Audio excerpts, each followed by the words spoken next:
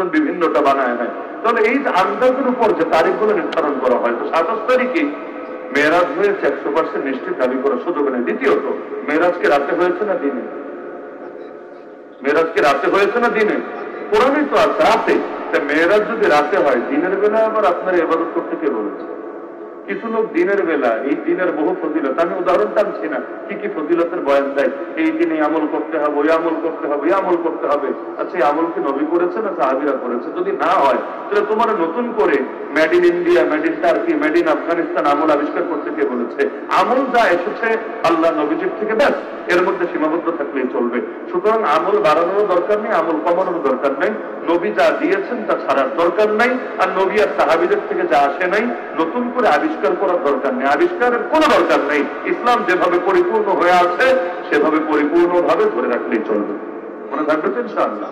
তাহলে শিরিকও চিনলাম, বেদাতও চিনলাম, চিনলেই শেষ না, এবার এগুলোর উপর আমল শুরু করতে হবে। বলবেন তাহলে শিরিকের আমল আবার কিভাবে, বেদাতের আমল কিভাবে? না, কিছু জিনিস শিখতে হয় করার জন্য, কিছু জিনিস শিখতে হয় ছাড়ার জন্য।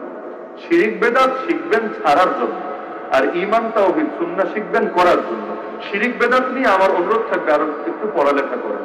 একদিনের এক ওয়াজে সব আলোচনা করা সম্ভব না, উদাহরণ দেওয়া তো সম্ভবই না, কিন্তু এই মূল যে ধারণাটা দিলাম, আমার অনুরোধ থাকবে প্রত্যেকে শিরিক বেদাতের উপর মৌলিক কিছু পড়াশোনা করেন, অন্তত এতটুকু পড়েন, অন্তত এতটুকু পড়েন যতটুকুর দ্বারা নিজেকে শিরিক থেকে বাঁচাতে পারবেন।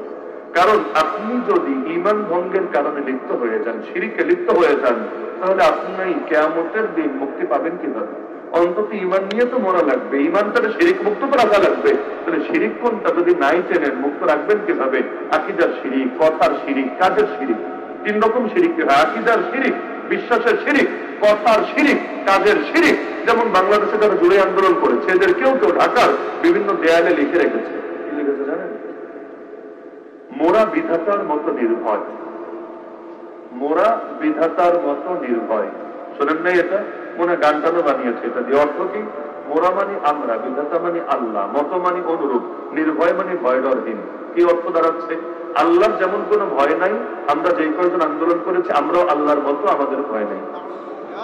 তুলনাটা কার সাথে দিচ্ছে? তুলনাটা আপনি চিন্তা করেন। পৃথিবীতে তুলনা দেওয়ার একটা আদব থাকে, নিজের বউরেও নিজের মায়ের সাথে তুলনা দেয় না কি লোক? মা মায়ের জায়গায়, স্ত্রী স্ত্রীর জায়গায়, প্রত্যেকের এক একটা স্থান আছে, এক একটা মর্যাদা। তুমি ভাই তুমি, আর আল্লাহ আল্লাহ। নবীরে আল্লাহর সাথে তুলনা দিলে ইমান থাকবে, নবীকেই যদি আল্লাহর সাথে তুলনা দেয় ইমান থাকবে নাকি?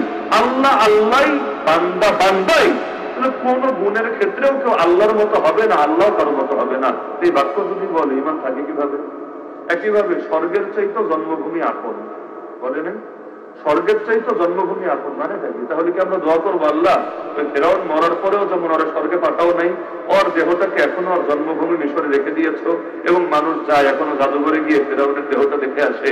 আল্লাহ এই যে কয়টা বলেছে জন্মভূমি স্বর্গের চাইতো আপন, ওদেরকে তুমি জান্নাতে দিও না, মরার পরও ফেরাউনের মতো মমি বানায় এগুলো রেখে দিয়ে এগুলো থাক, চিরকাল এই জন্মভূমিতেই থাক, ওদের জান্নাতে যাওয়ার দরকার নাই, ওদের আখেরাতে সুখ শান্তির দরকার নেই। তুই কিসের সাথে কি তুলনা দেয়? জান্নাতের চাইতে দুনিয়ার তুলনা দিলে ইমান থাকবে না? কথা বলো ঠিক আছে, কিন্তু বলতে গিয়ে কিসের সাথে কি তুলনা দেওয়া হচ্ছে? আবার আগুন লাগলে অনেকে বলে আল্লাহ কি আর কাউকে পেল না, আমার দোকানটাই পুরাতে হলো, আল্লাহ কি আর কাউকে পেল না, আমার কোলে খালি করতে হলো। মানে কি আল্লাহ ভুল করেছে নাকি অন্যায় করেছে? এই বাক্য যদি জেনে বুঝে বলে ইমান থাকবে। এরকম বহু শিরিক আছে, না বুঝেই লোকে করে, বহু শিরিক না বুঝে লোকে করে।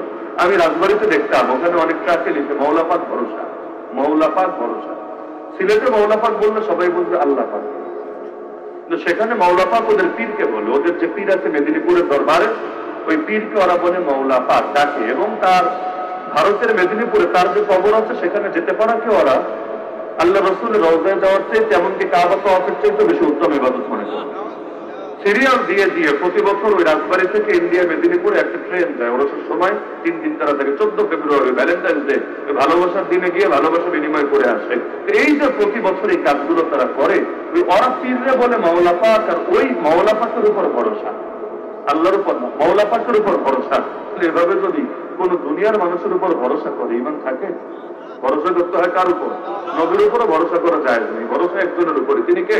হাসবুনাল্লাহু ওয়া নি'মাল ওয়াকিল, নি'মাল মাওলা ওয়া নি'মান নাসির। তো শিরক বিদআত সম্পর্কে অল্প সময় যে মৌলিক বার্তাগুলো আরোপ করা হলো, আল্লাহ আমাদের সবাইকে এই কথাগুলো সঠিকভাবে বোঝার এবং জিন্দেগিতে বাস্তবায়ন করার তৌফিক দান করুন। আমিন।